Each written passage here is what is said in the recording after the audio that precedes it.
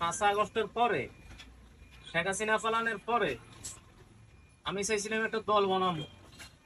এখন বিশ্বস্ত লোক পাইতেছি না। আমার লোক অনেক লোক আছে বিশ্বস্ত না, তুমি তো বিশ্বস্ত। তোমার দলের মহাসচিব বানাবো। নতুন নতুন যে দলগুলো হইতেছে, আমি একটা দল বানাবো, ওই দলের মহাসচিব তোমার বানাবো। তোমার জেন্ডার তো লেডিস, কারণ পুরুষ দিয়ে তো একটা দল চলবো না, লেডিসেরও দরকার আছে। আর তুমি তো সবচেয়ে বিশ্বস্ত, তোমার আমার দরকার।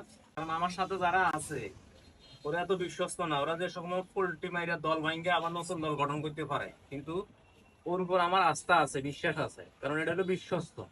আর এটা জেন্ডার লেডিস, ওরে মহাসচিব বানাবো দলের, আমার দলের। আমি একটা রাজনৈতিক দল গঠন করবো, কারণ শেখ হাসিনা ফেলানোর পরে তো সবাই দল গঠন করা আমার একটা দরকার আছে। কথা বুঝছেন?